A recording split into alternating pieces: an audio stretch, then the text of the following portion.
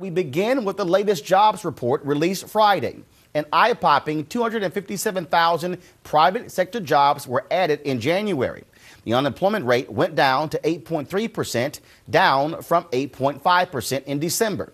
The unemployment rate for African Americans dropped to 13.6%, a drop of over 2% from December.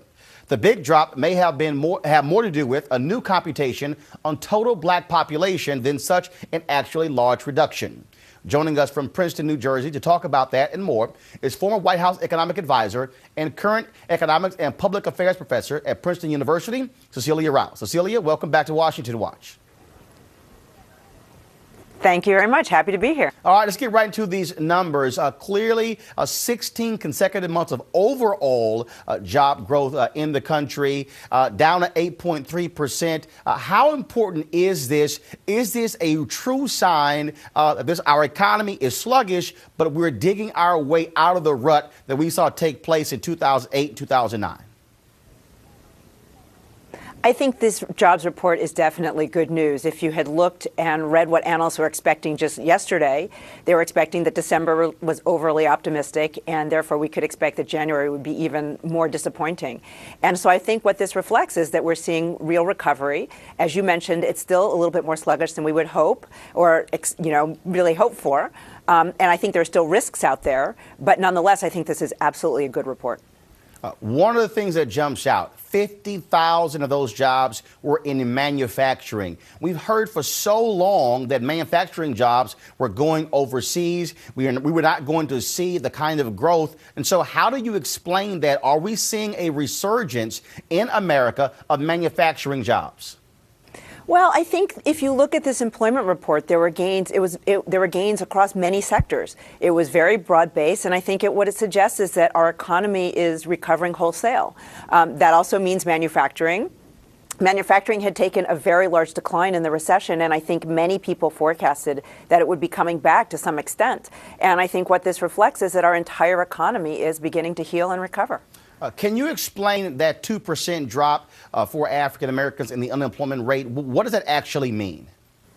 Well, I think it's good news. Now, one thing we have to be careful about, as you mentioned, is that this report reflects some important benchmark revisions. So they did some recalibration of the data, which means we really technically cannot compare these numbers for this month in January to December. Nonetheless, I don't believe, looking at the report, that the entire 2 percentage point drop for African Americans is due to that revision. I say that because the employment growth was just so strong and it was so broad-based that you saw employment growth for African Americans as well. Cecilia, during the President's State of the Union address, he talked about a proposal requiring states to mandate the young folks stay in college stay in high school until they're 18 years old for them to graduate. Right now, some 21 states have that as the law. Does that go far enough? What does that actually mean? I think the president's proposal, what it mostly did was highlight the importance of high school dropout and what a tragedy it is in this country. The proposal is not enough, and the president knows that. It's why his whole education agenda is what's important from pre-K through post-secondary. But I think it's a step in the right direction. I think we need to couple that with much stronger elementary and secondary school curricula, smarter ways to be educating our students. But I think what we would see is that with smart investments, that every dollar that we invest in these kids when they're younger gets paid back. Not only do they earn higher earnings as adults, but as a society we get paid back because they're less likely to be participating in crime, they're more likely to vote, they're less likely to end up on social assistance, and they pay higher taxes. So it's win-win. They win as individuals, we win as a society. You're a professor at Princeton. One of the things the president talked about is stemming the increase when it comes to tuition. Really, can that happen? Can he really have that kind of effect on universities and the amount of money they receive based upon tuition increasing?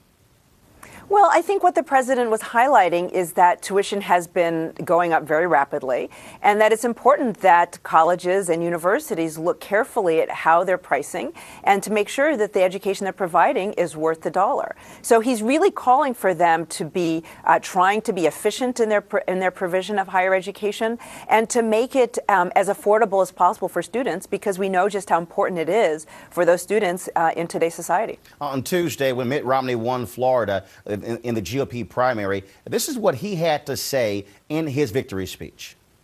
I will insist on a military so powerful, no one would ever think of challenging it. Without raising taxes, I will finally get America to a balanced budget. Now look, you worked in the White House. Can you actually do that? Can you say, I'm not going to raise taxes, I'm going to get a balanced budget, and I'm not going to, frankly, go forward with the cuts that President Obama has put forth when it comes to the military? Is that even possible? I actually don't see how it all adds up. If you do the math, we have to make choices about how we're going to spend our scarce dollars, and we have to invest them wisely. And we know that we can do that, and we can balance our budget with very sensible cuts. But we have to balance it out with increased revenues as well. So I actually don't understand his math. Cecilia, also this week, Mitt Romney made some would say a gaffe. I say it's even more than that. When he talked about the issue of the poor, saying he wasn't concerned with the poor because there was already a safety net. If it needed fixing, he would fix it. Said he wasn't concerned with the rich, that he really was concerned with the 90 to 95% of Americans in the middle class. Well, according to the numbers, 15.3% of all folks in the country are living in poverty, some $22,000 a year earnings for a family of four. What do you make of that kind of comment from a presidential candidate who basically says, poor folks, I'm not really that worried about them? It really concerns me, because he would be president of everybody, of all Americans, not just the middle class or not just, the wealthy, but of the poor as well. And we know that the safety net doesn't go nearly far enough. And it's not like those folks are living high off the hog. And the thing that really concerns me, coming back to the dropout issue, a lot of those individuals did not complete a high school degree or have just a high school degree even. And so what we know is that we need to be helping these individuals obtain the skills that they need, be able to take so they can get the kinds of skilled jobs, take care of their families. So, it concerns me because, we live and rise together.